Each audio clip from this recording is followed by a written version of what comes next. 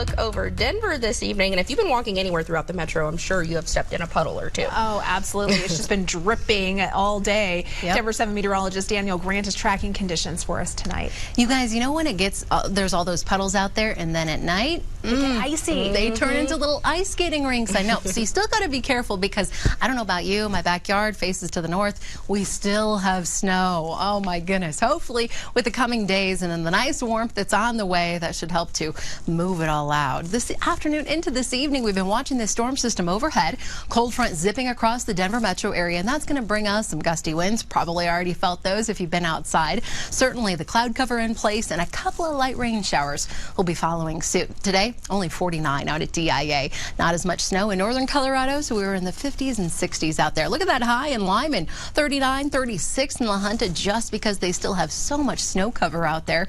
We had 30s and 40s up in the mountains. Looking at your climate calendar, of course, nowhere near that record high of 76, last set back in 1989, and our average is 54, 27. We were below those. A nice change of pace. As we look at the satellite radar composite, we still have some really good snowfall coming in on the western slope and more on the way late tonight into early tomorrow morning.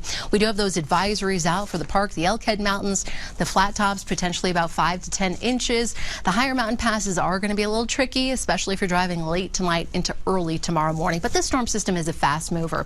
You'll notice some light rain showers around Fort Collins over to Greeley, LaSalle, and south toward Platteville. Here in town, these showers starting to break up around the Denver area. Some light rain showers toward Parker and the Pinery tonight. So here comes this cold front barreling right on in. By about midnight, most of the action is east of I-25 off to the eastern plains, and by morning, clear skies set in. Tonight, temperatures will fall into the upper 20s for us, so it will be a cool evening, especially once those skies clear. Down to the teens and low 20s up in the mountains, and Alamosa, 10 overnight.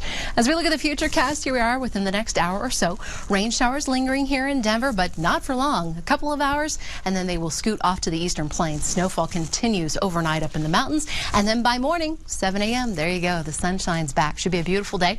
Nice traveling conditions out there, too. This takes us to about 5, 6 p.m. You're going to be good to go with just a few lingering clouds later tomorrow evening. Your hour-by-hour planner, nothing but sunshine. Where's the clouds?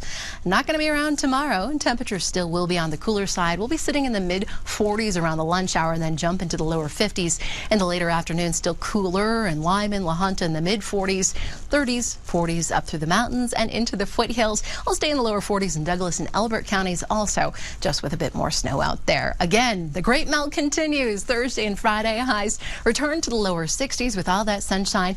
It's a pretty quiet weekend. We will be tracking a storm in the mountains on Saturday. Shouldn't impact us too much here in Denver. Clouds start to push in on Sunday, and then our next shot for a little rain, possibly some more snowfall stacking up, arrives early next week.